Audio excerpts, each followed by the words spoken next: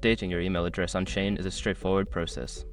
Follow these steps to ensure your account information is current. Step 1. Log into your account. Visit the SHEIN website or open the app, then enter your login credentials to access your account. Step 2. Go to Account Settings. Once logged in, navigate to the Account Settings. This is usually found by clicking on your profile icon of the Account tab. Step 3. Select Email Preferences. In the Account Settings menu, look for an option labeled Email or Email Preferences. Click on this option to proceed. Step 4. Update your email address. Enter your new email address in the designated field. Make sure to double-check for any typos to ensure accuracy.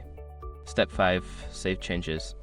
After entering your new email address, look for Save or Update button and click it to confirm your changes. You may receive a confirmation email at your new address. By following these steps, you can easily update your email address on SHEIN. Make sure to check your new email for any verification messages to complete the process.